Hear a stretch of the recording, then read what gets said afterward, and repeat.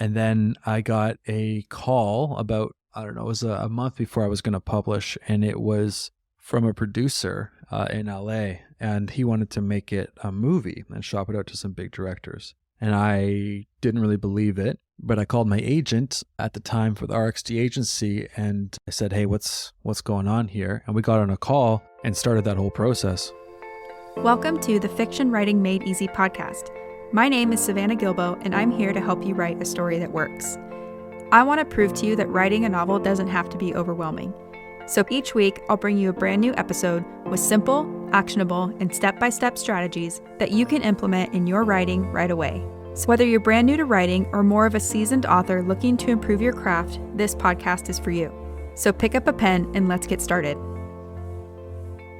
In today's episode, I have something really fun to share with you. I sat down for a conversation with one of the writers I work with. His name is Edward J. Cembal, and he's going to share his journey from how he went from having an idea, starting to write a draft based on that idea, and then walking away from that idea a month or so later to start a completely new project. And that project is his debut novel called The Monsters in Our Shadows that is officially out in the world today, October 3rd. So you'll hear all about why he walked away from his first story and how he knew that the other idea that became his debut novel was the book that he wanted to write, the one he wanted to pour himself into and spend all of his time on. You'll also hear about how we worked together, including some of the deep work we had to do to get to the heart of Edward's protagonist, who is named Anthem. I do want to mention a very light trigger warning for any of my listeners who are sensitive to mental health topics. Edward and I briefly talk about living with anxiety and depression, but we don't get too deeply into it. If you're extra sensitive to these kind of topics, I just want you to know that there is a mention of mental health in this episode. So anyway, Edward is going to share what worked for him while writing his debut novel, The Monsters in Our Shadows, and how he approaches the writing process, and you'll even hear about how his novel accidentally made it to Hollywood.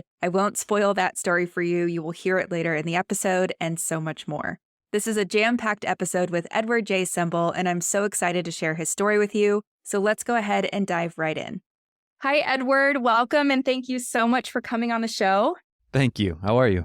I'm doing great. I'm so excited to have you here. I imagine we're going to have a very fun and in-depth and inspiring conversation because your story is inspiring. I've seen you decide to write a book, go out and take the steps to make it happen, and now you're at the point where you're sharing it with the world, which we're going to talk about more throughout the episode. But first, if you don't mind, would you tell people a little bit about yourself, like who you are, where you live, what kind of books you write, and things like that? Yeah, absolutely. Thank you. I live in Toronto with my lovely wife and big softie of a pup, Juno. I write horror, speculative fiction, and this one so happens to land in the realm of dystopian. Yes, and this is your first novel, correct? Yeah, it's the first one if we don't include the previous that I've buried. Awesome. And so speaking of that, I'm just going to give listeners a very quick highlight reel of the timeline because people like hearing, how long things took to do. Absolutely. All right. So in August of 2020 is when we first met. We started working together on a very different story, similar realm in terms of genre and topics, but it was different. And then a few months into the process, we shelved that one. We could talk about that a little more in a second. And then in kind of November, December 2020, we started what is now The Monsters in Our Shadows. And then by September of the next year, you were done with the draft and ready to move on to working with beta readers and other editors, correct? Yes, yeah. And so then after that, in like March of 22, you've come back to it after working with the beta readers and another editor. And then we kind of worked together to execute some of those recommended changes and get it ready to be in its final state. And then today, which is October 3rd, is your published date, which is very exciting. So congratulations. Thank you very much. And so take us back to like the very, very beginning. Where did the idea for this story come from? Yeah, it's a personal story in so much as the ideas and the themes stemmed from my battle with muscular dystrophy, which I was diagnosed with 12 years ago. And the monsters are allegorical to the way that the disease feels kind of on my back, the drawing nearer and hungrier. And I know that, one day it will swallow me. So that's where that kind of came from. And maybe more so the mental struggles with depression and anxiety and trying to find acceptance while you're still in a state of denial. Real light conversation. An important one, though. Right. Because, Um, like you said, it's not just physical. It's about dealing with kind of what does this mean for me? The depression comes up. I'm sure there's anxiety, and your character deals with similar feelings. Absolutely. Yeah. And this is almost me working through a lot of those things and seeing if I can get to the other side of it. Just like the main character, Anthem, seeing how he got to the other side of his story was similar. So there's a lot of symbology around the denial, anger, depression, the anxious need to hide away from the world, kind of where the walls came from, themes of othering. A lot of these things were surprising as they came up and I was going through them. And it really helped to sit down every day and work them out on the page in this genre. And it's kind of cool because I remember something that was important to you is and we're kind of spoiling the end. I'll read a synopsis of your book in a second, but what was important to you was that it's not like everything's magically fixed for your character by the end, because in real life and in your personal story, we know that's not going to be the case, right? It's not a magic wand that can just come in and fix things. Yeah, unfortunately not. Yeah, so unfortunately not. And so you really wanted to show that in your character, which I think you've done. And like he does a great job with the tools he has. He saves people. He's a hero in his own way, right? But he still deals with some of these demons and some of his struggles still by the end, which I think is very realistic and very cool. Yeah, he's definitely not a shining knight and a typical hero by any means, but I don't think I could write that, honestly. Yeah. Let me go ahead and read the back cover copy just so listeners can get a sense of kind of what we're talking about before we keep digging in. Is that okay? Beautiful, yeah.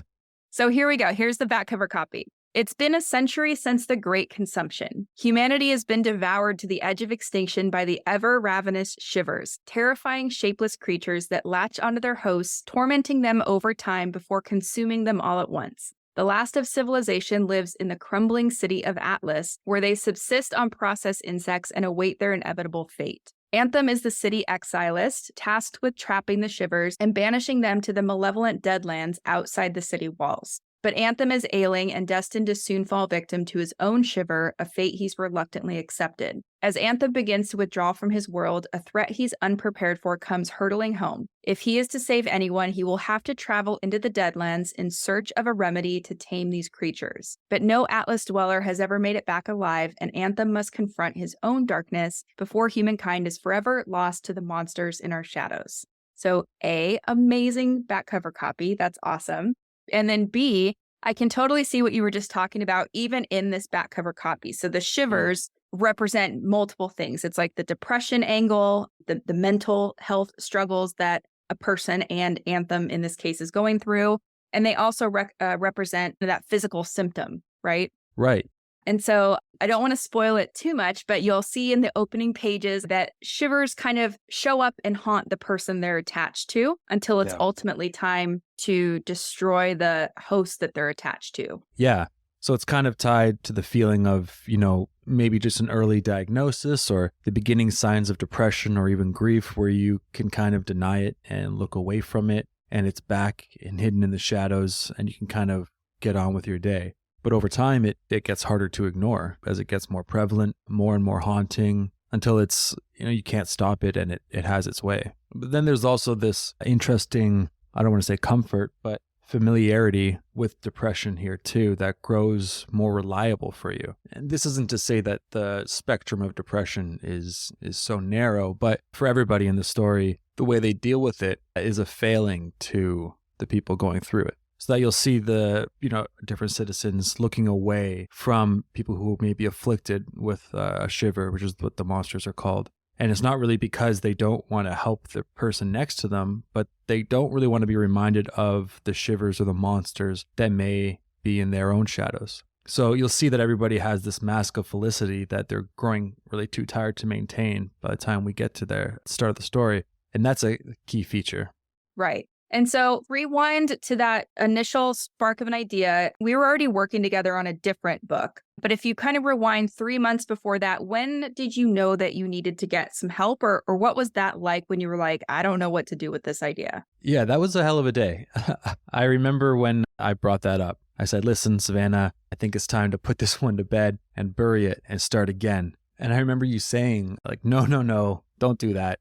But after we talked a little bit, it made sense. I mean, I was 70,000 words into the previous novel, and I was kind of meandering through while I was writing, kind of aimless.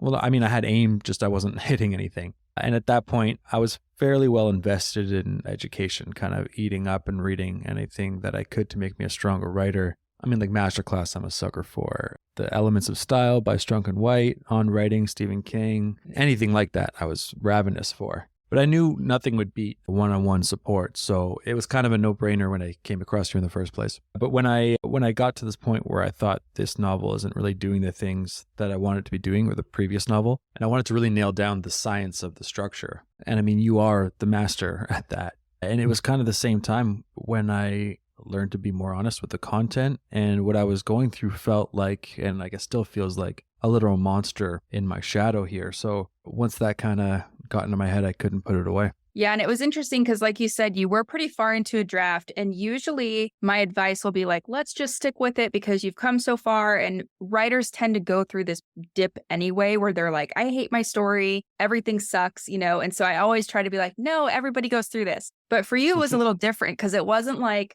I loved this idea and now I don't. You were kind of like, I had this idea. I never really felt that like deeper connection to it. And now I've had this new idea that I really feel connected to. And like you said, you were able to dig deeper and really express kind of all that stuff that was on your heart. And I think it really shows in the draft that you eventually came up with and the book that you're publishing today. Yeah, so excited. And I think it does. Yeah. And for that last novel, what I was kind of doing, I think, is just learning the ropes and messing around. And when I got to the 60 or 70,000 word mark in that novel, I thought, you know, I'm ready for the real story, which was kind of always the monsters in our shadows. So I'm glad that we leapfrogged that one and got to this one.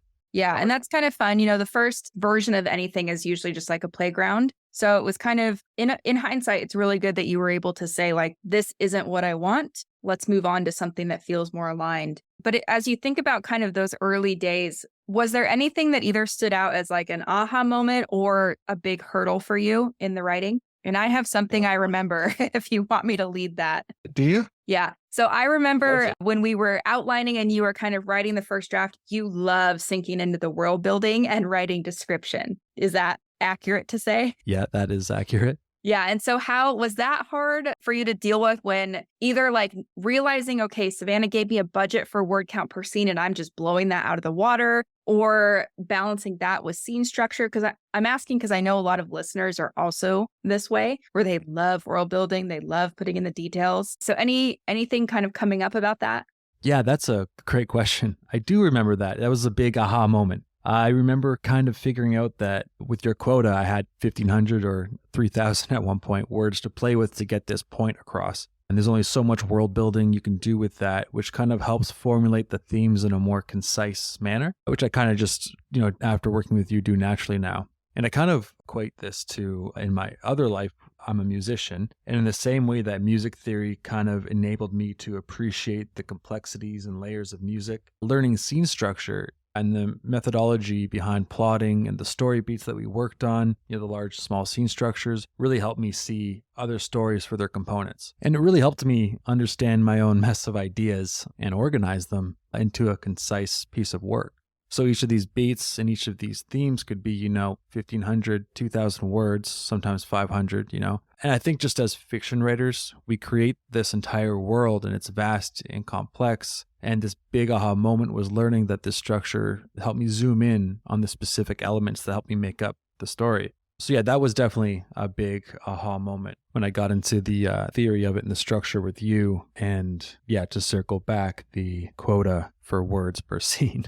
Yeah. And I remember it took us a while because in the beginning we were like, all right, you're going to write the scenes. It's going to come out however many words it's going to come out. And then over time, I would give feedback like, we don't need these 3 paragraphs or whatever. And so eventually you kind of learned to hone in on what, like you said, what was the most important. And by the end, you were getting that really nice balance of world building and description versus actual movement in the scene, which is pretty cool. And then, you know, through editing, you were able to apply that to the front half of the book. What was your relationship to getting feedback in the beginning? And like, do you feel differently about it now or do you feel the same? Talk to me about that. Yeah. I mean, feedback is always unnerving and it's definitely a vulnerable thing, but every step of this is, right? And I mean, I think Callus is best built slowly over time. So finding the right source for feedback is important, especially if you can control that, like in the first drafts. I did learn that by accident, luckily enough to work with you, but I was guarded when I started. I mean, I didn't even tell anybody I was writing for a handful of years. But because I think I'm used to getting more feedback now, it's still unnerving, sure, but I think feedback is great because there's so much you can learn from it and use it as a tool, and there's so much you can do with it. What you're saying is interesting for a couple reasons. One, because you've already shared how like intimate this story is or how much it is you on the page. We really had to have some of those hard conversations to get to the meat of who Anthem is, so Absolutely. it's like that. It's an important thing that we had to do, but it also makes getting feedback on what you're producing potentially harder because it's so much of you, Yeah, and I think that was necessary. I'm so glad we did that. I remember there's a few things that I was really guarded about, and I didn't want to be that honest, right? I didn't want that much of myself bleeding out on the page. But yeah, I'm so glad we did that. Yeah. And then, so I remember we spent some time on your outline too. What is your opinion on outlining? Like if you're thinking about writing your next book, are you going to outline, and then kind of how did outlining help you, or if it stifled you? Tell me about that in Monsters Not Shadows. Yeah, I mean, I know what it was like to write without an outline first. I was kind of lost, circling the drain. And as I was writing it, I was figuring out the plot points, the obstacles, and decisions on the fly. So kind of figuring things out as I was writing. And that kind of just paved the way for a heavy second draft and almost a rewrite in one of my cases. So after working with an outline, I can focus on the character in more detail, the feel of the space around them, the rhythm of their heart at the moment. So my first draft is closer to the final because of all that work. Yeah, which is super exciting because I think, a lot of people, they assume kind of if I hit all those plot points and I just do like a day's worth of outlining, I can be done. And then that's not really much more efficient than just writing a first draft by the seat of your pants. But if you spend the time to really pressure test the outline like we did and think about, because the way that we work together is like you had all the creative ideas and then I say, okay, I'm the container person. So you have this idea, let's shape it like this so that it becomes an engaging plot. And then you kind of would tell me, well, that doesn't work because of X, or, Anthem would actually do this. So it's for people listening, like even if you're worried about getting feedback, it is nice sometimes to have someone to kind of pitch and catch with, just because it's really hard for our own brains to focus on everything at once. Yeah. And on multiple occasions, I remember us talking about, or you saying to me, what's the conflict here? How is he reacting to this? What's the dilemma? What's the decision? And we would flesh those out. And what's interesting is in a lot of those cases, I would know those answers, but they wouldn't be on the page. So it was really helpful in structuring this and then being able to kind of carry the reader's emotion through.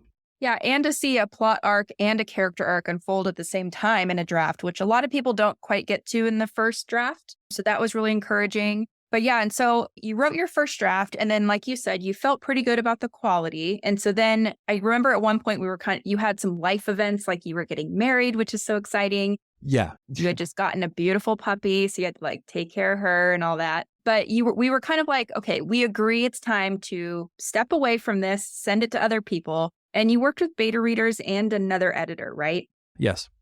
What was that process like? Yeah, like the feedback, it was unnerving. I sent it out to beta readers, and a big part of me really thought they'd come back and say, we caught you. You're not a writer. Please hand in your paper and pencil, and you're done. But that wasn't the case. Luckily, they actually really connected with it. And the biggest moment there for me was when somebody said they cried at the end and forgave themselves for years of shame around their depression. And honestly, I mean, that was the goal the whole time, is to affect anybody. So that was the end all be all, that's the dream. But yeah, I mean, the reason I got beta readers in the first place was to get a multitude of diverse, objective points of view on the work to see if there's something that I was missing. I'm too close to it at that point, and I don't know what I don't know. So just covering my bases, making sure that the work is as strong as it can be in the places that I might not be aware that it needed strengthening. But yeah, that was incredible. And that allowed me to go back, edit a couple of things, plot points that, needed to be a little stronger, and then send it to an editor, Andrew Lowe. I worked with him to get the whole thing edited, and we firmed it up. And that was basically the last draft and the end of it, or one of the last drafts. And I want to highlight something fun that you said, because people ask me often like, okay, so I'm going to work with you and then we're going to create this draft and then I'm going to feel really good about it and I'm going to like make all my dreams come true. And I'm like, well, I mean, in theory, that would be great, right? But what you said is funny, because this is how it normally happens, is you finish a draft and then you're like, I don't know, I think other people are going to read it. And maybe it was just like me and Savannah that really liked it, you know? I mean, I'm still convinced that that's the case. Yeah. And so people always have that feeling. It's really funny. Like, you know, I'll always hold hands with the author and be like, okay, we're ready. Let's send this out. And then they always tell me, like, in hindsight, you know, I wasn't sure. I thought maybe you just really liked it. So it's really funny. If anyone else is dealing with something similar, just know it happens to a lot of people. Yeah, every day when I wake up. Yes. But what's cool is I'm sure that having gone through this whole process, because I know there was some perfectionism stuff in the beginning too. And, you know, whether that's just because you wanted to do a really great job or because it was kind of a vulnerable exercise to, you know, put yourself on the page like this. How does that perfectionism feel now that you've gone through this process? Like, I know it's still there, right? But are you able to kind of work through it? Yeah, that's a great question. It's funny because right now I'm working on a story with the theme of letting go. It's hard to know when to let go of something. And I don't have the answer as to how, but I think if you love something in that moment, then that moment is the time to let it go. But yeah, I mean, that said, letting go of something that you're holding on to that's, you know, that's personal or maybe anything can feel like more often than not prying your own fingers free. But how else do you grab on to something new?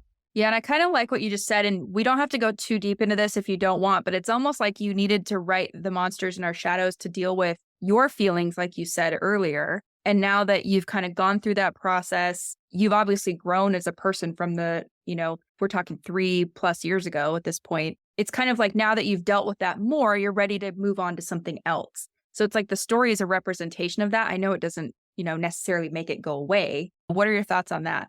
Yeah, I agree with that. And I think, you know, without being too pretentious, I think I do use writing like a light in the dark, you know, trying to find my way and work out my own, you know, things that I'm going through. And I definitely think that writing the monsters allowed me to get to the other side of a few things. And, you know, to understand that, well, I don't want to give away the end of the book, but when you get to the end of the book, you'll see kind of where I landed for now. But yeah, I definitely think you're right, for sure. And it's kind of funny because thinking of the book, it's like you dealt with a shiver that was a certain color. And now, you know, that's like your feelings around having muscular dystrophy. And now you're onto a shiver of a different color, which is kind of, I'm tackling perfectionism and letting things go. Yeah, So like we said, I feel like I just keep like getting so excited that today is your publish date when this goes live, October 3rd. And you've indie published this book. What led you to that decision? Oh my gosh, Savannah, that's a crazy roller coaster that I cannot wait to get off of. It was okay. So I was going to self-publish from the very beginning. I did all the research and I said, look, this is just going to be a better option for me. So I started that journey. I put my book up on NetGalley for early reviews, which was fantastic. I got a great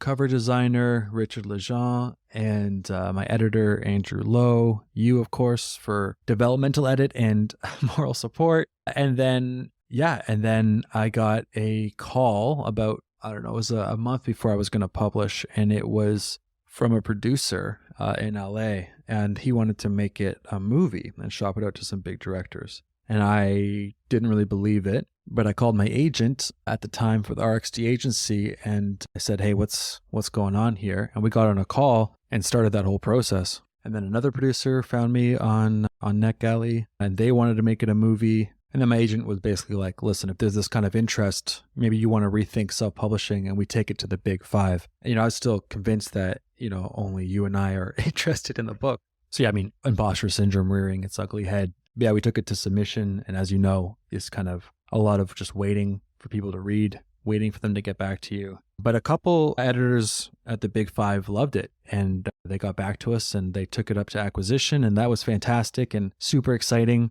But in the acquisition meetings, sales basically said there's no market for dystopian despite its primary genre of horror.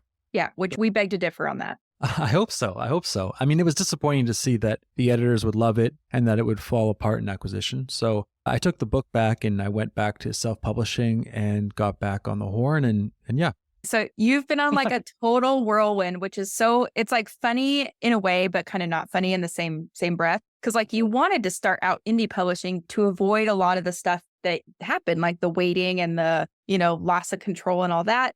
But like, who wouldn't try to go the traditional route if they could, right? I mean, a lot of us are on the fence. So it's Yeah. funny that like, I think it's the first time you told me this, I could almost have no words because I was like, what? I kept going, how did you go this long without telling me? And I remember being like, yeah. And so it's funny because that was your goal to indie publish. And now you've come all the way back around, which, I think it was meant to be because that's what you wanted. But also the script part of it, the screenplay is not quite off the table, right? Yeah, the script is finished. It's been finished for a few months now. Co-wrote that with Tim Doran with Wangle Films, who is producing it with James Vanderwart. Yeah, so that is happening. We also have a wonderful director on board, April Mullen. So excited for her to bring this to life. And now that the writer's strike is wrapped up, we're able to take it to market soon. So yeah, the film is very much still on the table and it feels crazy and also great. And then, yeah, taking the book back and out of submission to be able to self-publish it confidently like this with the right team feels really, really great. I'm excited. Yeah, which is amazing. Like, it's so funny because I'm sure there are people listening going like, this guy just kind of landed into a dream scenario for a lot of people, which is that's how you feel, right? You're just like, yeah, these things kind of the ball kept rolling downhill and all of these things happened. But yeah, it's funny that like this is what so many people want. And I think we were talking about it earlier that you haven't quite felt all of this as reality yet. Absolutely. Yeah. I mean, imposter syndrome is definitely at an all-time high. That's for sure. And that imposter syndrome kind of tells me that this stuff isn't really happening to my book. But I talked to my wife, who's absolutely incredible, and I definitely couldn't have done this without her. Shout out to Leah. And she helps take up the fight against imposter syndrome and reminds me that I'm a writer. She's like, you're writing, so you're a writer. And yeah, maybe that'll sink in one day. I don't know. Yeah. And honestly, the story is really important. If we kind of look under this dystopian stuff and we look under the surface of things, it's a really important story. And I know that like you and I have talked about, we've both experienced depression and anxiety at different points in our life. And, just some of the messages in the story are really needed and we need to talk about this stuff more. But yeah, it's funny because I'm thinking back to the day that we talked and you told me all of this about the screenplay and the publishers and the agent. And in my head, I'm like, gosh, he sounds like this is happening to somebody else because like he's excited, but he's also kind of hesitant. Like this can't be real.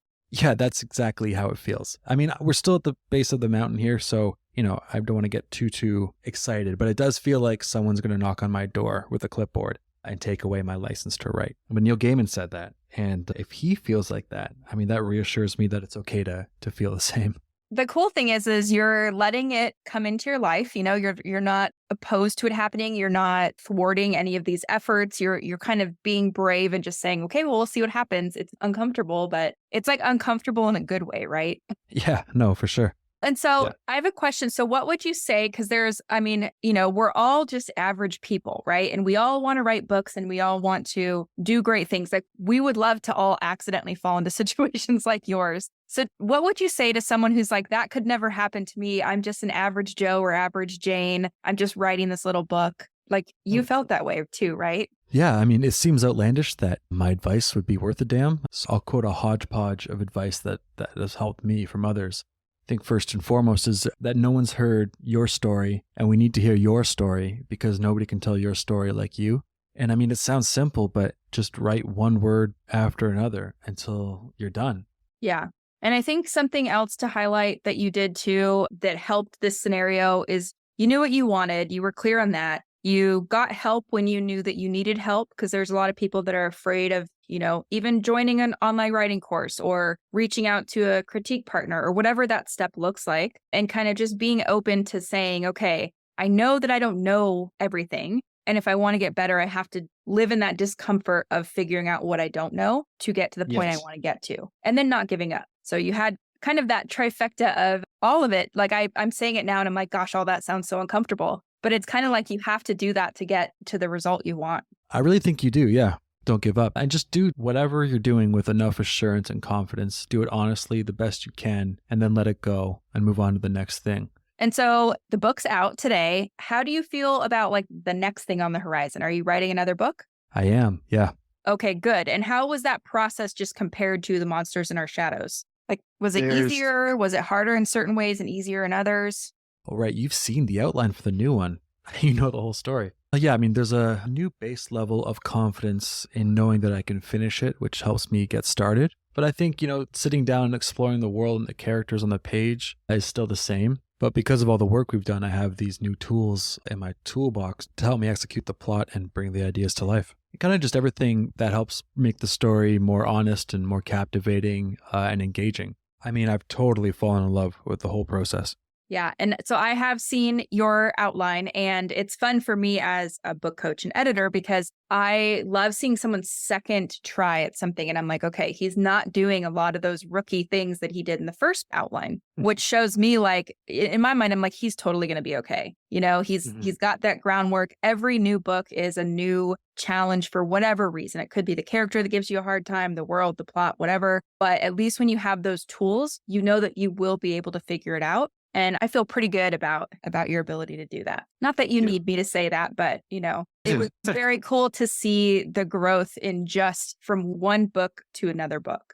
Very cool. It's exciting. Yeah. So, okay. Well, any last minute thoughts on your mind that you want to share with the writers out there? I would say just keep writing. Put your best word after the next one, and finish it. We need to hear your story. The world will be richer for it.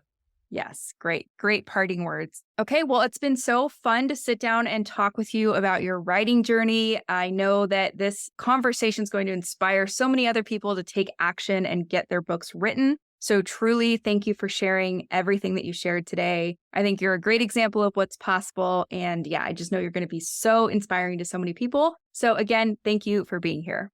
Yeah, honestly, Savannah, thank you so much for having me on. This was a lot of fun. And thank you for listening. And I know that people are going to want to learn more about Anthem's story and the monsters in our shadows and you. So where can people go to follow along on your journey or learn more about you? Thank you. Yeah, right. You can order it wherever books are sold. Amazon, Indigo, Barnes & Noble, Waterstones. Ask your local bookstores for it. That would be great. Little Ghost Books, I'm having a signing on October 15th.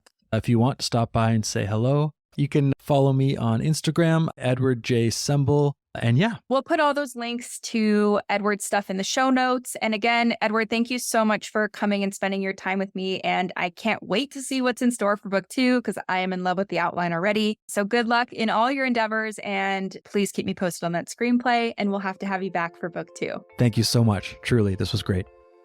So that's it for today's episode. As always, thank you so much for tuning in and for showing your support. If you want to check out any of the links I mentioned in this episode, you can find them in the show notes listed in the description of each episode inside your podcast player or at savannahgilbo.com/podcast. If you're an Apple user, I'd really appreciate it if you took a few seconds to leave a rating and a review. Your ratings and reviews tell Apple that this is a podcast that's worth listening to. And in turn, your reviews will help this podcast get in front of more fiction writers just like you. And while you're there, go ahead and hit that follow button because there's going to be another brand new episode next week full of actionable tips, tools, and strategies to help you become a better writer. So I'll see you next week, and until then, happy writing.